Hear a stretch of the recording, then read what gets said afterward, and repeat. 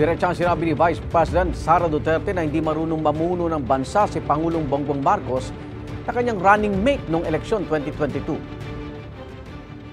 Hindi marunong maging presidente ang nakaupo. Kasalanan ko ba yun? Hindi. I don't ever remember may platform siya na sinabi kung anong gagawin niya para sa bansang ito.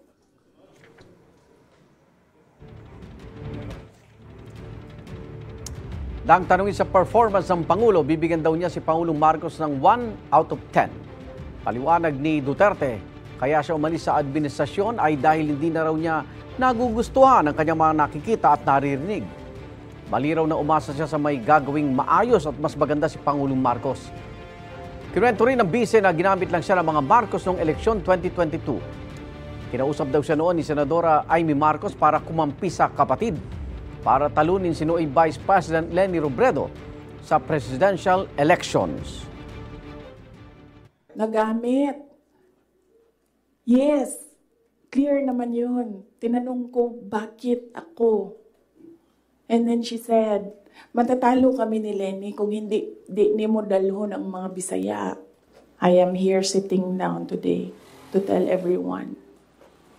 They needed me. I don't need them. Matatandaan po noong May 2023 na magsimulang lumutang na may lamat sa unit team na alyansa ni na Pangulong Bongbong Marcos at Vice President Sara Duterte. Kasunod po yan ang pagbibitiw ng bise bilang miyembro ng Partido Lakas CMD.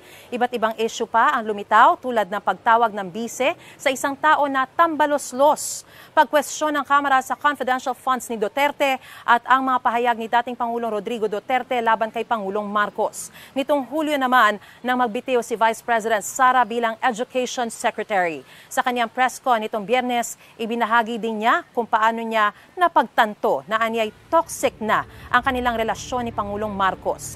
Pinuna rin ng bise ang tugon ni Pangulong Marcos nang sabihin ni VP Sara na hindi sila magkaibigan.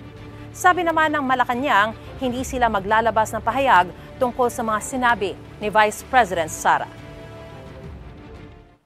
Imagine myself cutting his head. So noon, na-realize ko, toxic na, di ba? Ganyan na yung imagination mo. Ang imagination mo, sinasakal mo na yung tao. And then I said, this is over. I'm a little dismayed to hear that she doesn't think that we are friends.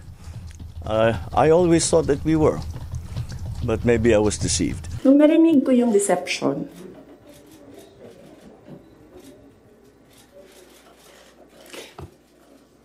naisip ko pa, hindi ko na siya sasagutin. Kasi, for the love of God, presidente ka na. Importante pa ba yung nararamdaman mo? Talagang may panahon ka mag-isip about deception ng isang babae dyan. Ang dami mong oras.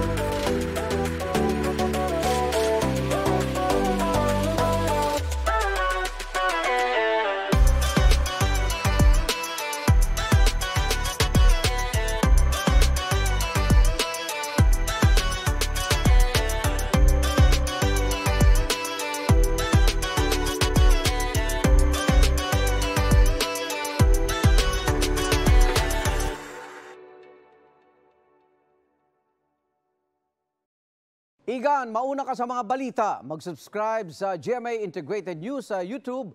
Sa mga kapuso abroad, subaybayan nyo kami sa GMA Pinoy TV at sa www.gmanews.tv.